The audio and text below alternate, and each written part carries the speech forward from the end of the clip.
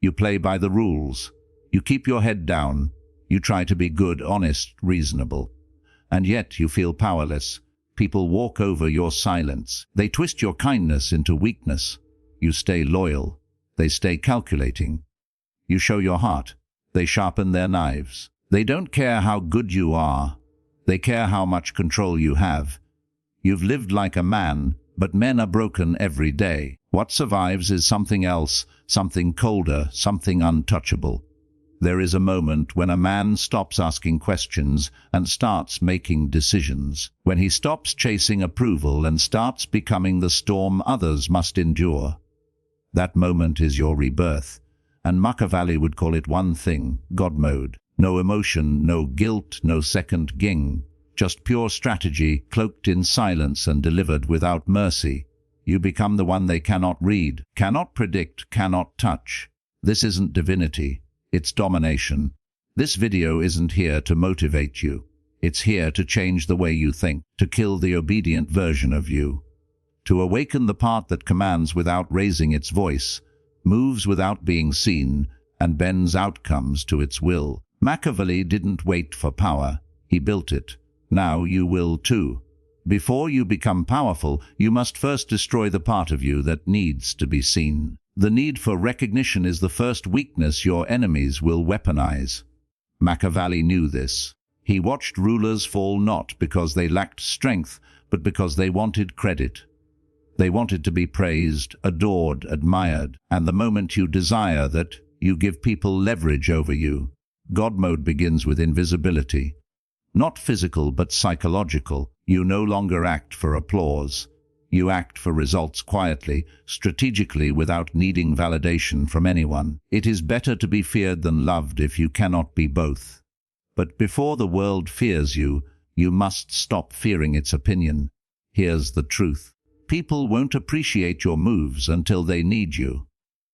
They won't notice your power until it threatens them. They won't respect your silence until it starts pulling strings. So, you let them talk. Let them underestimate you. Let them believe you're irrelevant. All the while, you build leverage in silence. A man who needs recognition will always reveal his hand too early. He'll speak when he should stay quiet. He'll try to look powerful instead of be powerful. That's not God mode. That's ego dressed in insecurity. You want real power. Then you start moving like a ghost. Detach from image. Detach from applause. Detach from needing anyone to see your greatness. You're not here to be liked. You're here to be undeniable. And that comes from actions with consequences, not emotions with explanations. The more invisible your motives, the more dangerous your presence becomes. You don't need to shout. You don't need to convince. You simply change the outcome, and they wonder how you did it. You don't need to raise your voice to control people. You only need to control what they feel when you walk into the room. That feeling must be fear, not terror, not rage. Fear, the subtle kind. The kind that makes them think twice before speaking. The kind that forces hesitation before they cross your boundaries. The kind that makes them lower their eyes the moment yours meet. Fear is the purest currency of power. It does not lie. It does not shift with public opinion. It creates order when morality fails. Machiavelli understood this better than anyone. In a world full of soft ideals, he offered hard truth. Men have less scruple in offending one who makes himself loved than one who makes himself feared. Why? Because love invites assumption, familiarity, weakness. But fear, true controlled fear, commands caution, respects silence. So here is the shift. You no longer care how they feel about you. You only care what their nervous system does when they think of you. Your presence should become a trigger. The moment they hear your name, they should feel the weight of expectations, the memory of your silence, the discomfort of being studied. You don't threaten people, you condition them. Step 1. Use unpredictability as a weapon. Predictable people are easy to manipulate. You smile when they expect it. You talk when they want answers. You react when they provoke. Break that cycle. Your silence should make them paranoid. Your approval should be rare. Your reactions should be calculated, not emotional but tactical. Never let them know what you're thinking. They must guess, they must project. They must fear being wrong, and they will adjust their behavior to avoid triggering you. This is not cruelty. This is design. You are conditioning their nervous system to obey, even when you say nothing. Step 2. Be disproportionate occasionally. To keep fear alive, you must be calm 95% of the time and merciless 5% of the time. Let them see what happens when you're crossed. Not every time, but once is enough. And when it happens, don't explode, don't whine. Deliver consequences, a denied opportunity, a pulled connection, a quiet exile from your circle. When the punishment lands, it should be clean, cold, and final. That single moment rewires their entire approach to you. You become a figure they must calculate around, a presence that demands respect in advance. You've entered their mind and stayed there. Step 3. Weaponize absence. There is nothing more powerful than a man who disappears when he's expected to show up and shows up when no one is prepared. Absence creates tension. Tension creates fear. Most people use attention to feel important. You use absence to build power. Leave conversations unfinished. Walk away from disrespect without explanation. Delay your reply until silence speaks louder than words. They'll start to think about you more when you're not in the room. That's when your influence multiplies. Remember this: power doesn't chase. Power haunts. The more mysterious your presence, the more careful they become. Step 4. Never explain, never defend. Explaining is a form of submission. When you justify your decisions, you give others the illusion that they have a say. They don't. Let them wonder. Let them question your motives. Let them talk. You remain above it, untouched, unbothered. And they'll start to fear what they don't understand. That's how gods are made. Through silence, not sermons. Machiavelli's God mode is not violent. It is not chaotic a music, it is clinical, it is deliberate, it is psychological. You don't need to shout to dominate. You just need to condition people's nervous systems until they no longer think of you as a man, but as a presence. They don't want to offend. This is how you reprogram their fear response. This is how you rise. Power becomes vulnerable the moment it's visible. The more they see you pulling the strings, the easier it is for them to cut them. That's why the highest form of domination is done in silence. Machiavelli never admired the loud ruler. He admired the shadow behind the throne. The man who never spoke in public, but whose words shaped the lives of thousands. The one no one could attack because no one could prove he was even there. If you want real power, you stop trying to be seen as powerful. You vanish from the frame, but your influence remains in every corner. Let others take credit. Let others draw attention. You create the outcomes. Quietly, without applause, without evidence. You don't give orders. You guide. A single conversation here, a subtle suggestion there, and then you disappear. While they argue, you observe. While they fight, you calculate. While they chase recognition, you build control. Brick by brick, behind their backs. They won't realize what you've done until it's already too late to resist. And when they do, you'll still be out of reach. Control is not about noise. It's about presence. Your words don't have to echo. Your decisions do. Never let them see your hand. Only the effects of your thinking. A man who walks into the room and demands control is insecure. A man who sits quietly while the room changes itself around him. That is a ruler in disguise. This is the elegance of God mode. You win without fighting. You dominate without ever needing to raise your voice. You are not in the spotlight, but the spotlight bends to your direction.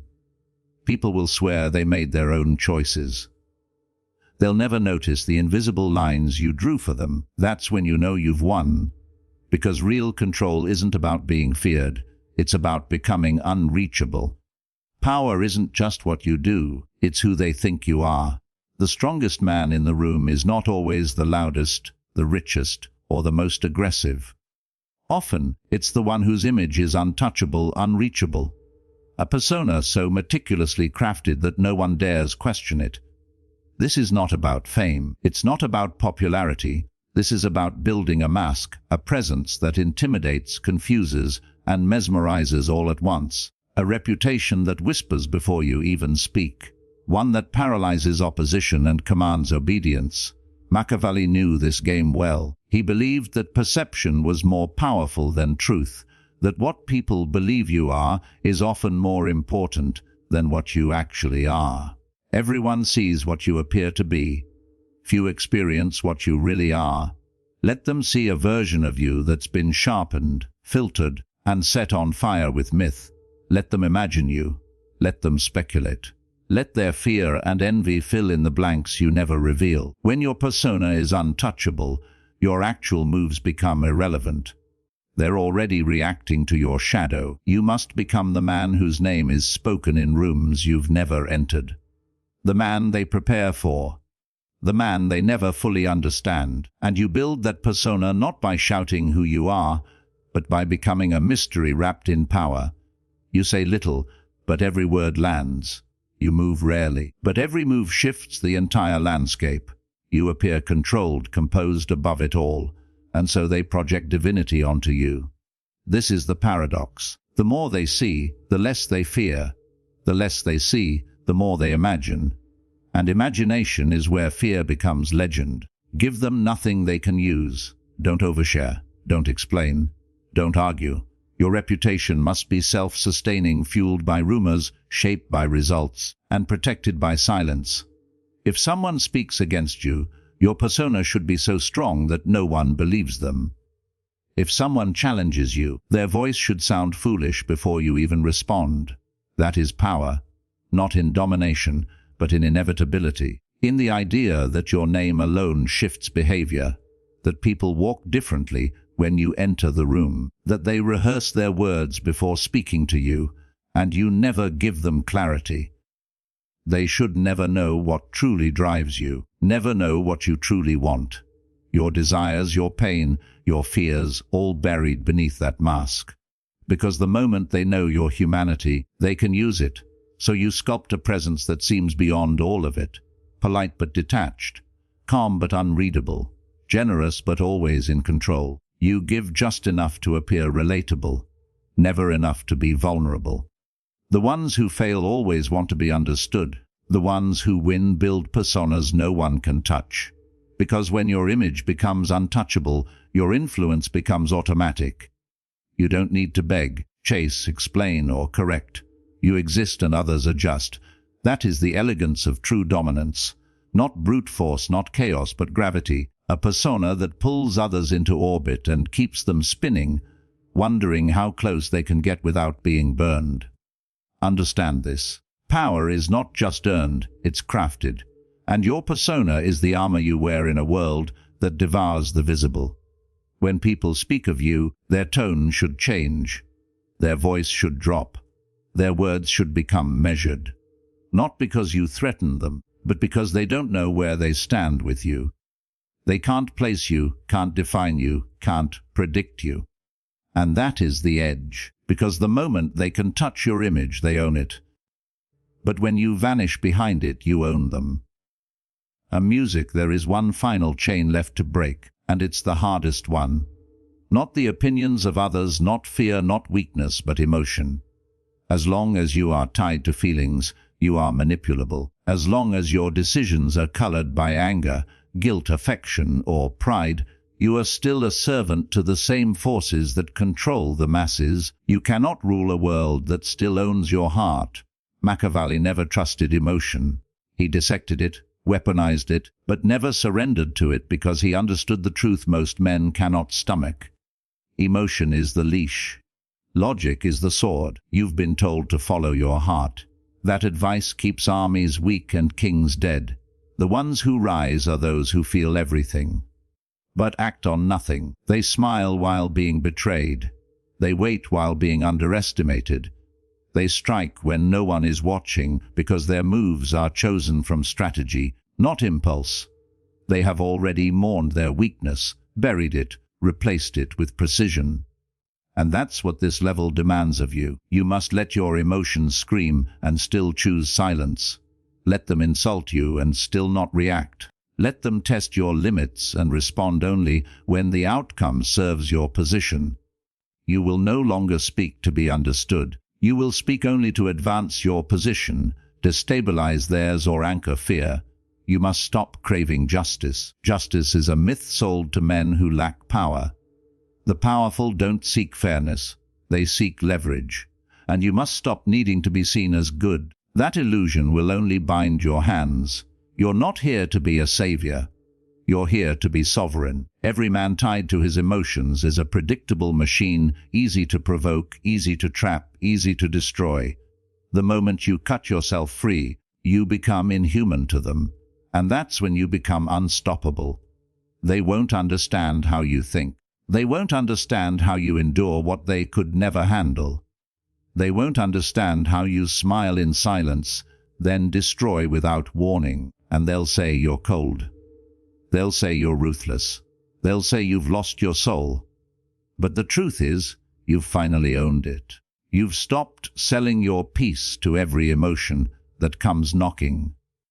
You've stopped giving your power to people who haven't earned your attention. You don't need to feel understood. You don't need to be forgiven. You don't need to be anything but inevitable. This is the final step of God mode. Not rage, not revenge, but transcendence. You become unshakable, unreachable, untouchable. Not because you've become cruel, but because you've outgrown the need to feel human in front of them. Emotion becomes a tool, not a master. Pain becomes data. Love becomes leverage. Loss becomes recalibration. Now you move differently. Not faster, just higher. Not louder, just colder. Not recklessly, but with terrifying clarity. You no longer ask, is this fair? Will they like me?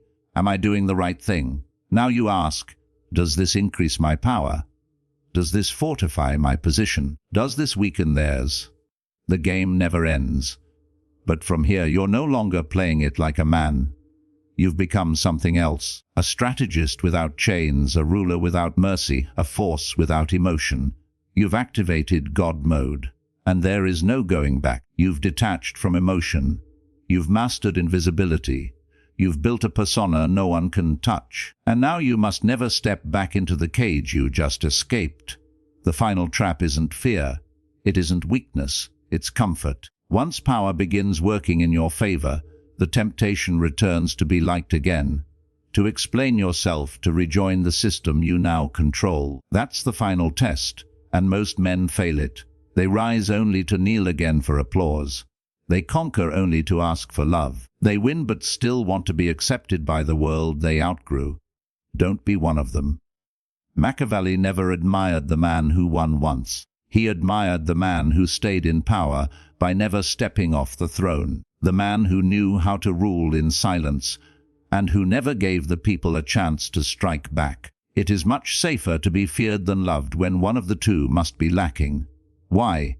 Because fear doesn't fade when you're absent. But love is fleeting. Love can be redirected. Love creates entitlement. Power is not built for emotional sustainability. It is built for strategic survival. You must keep distance between who you are and what they see. Let them know the mask, not the man. Because if they think they know you, they'll believe they can defeat you. But if your thoughts are hidden, your motives unreadable, and your silence consistent, they will never know where to strike. This is the essence of staying above the system. It means you never belong to anyone again. No crowd, no movement, no ideology. You are your own kingdom, ruled by cold principles, not shifting emotions. You listen to everyone but reveal nothing. You make everyone feel included, but attached to no one. You say enough to stay relevant, but never enough to be predicted. You become the man people reference, admire, and fear, but never fully understand.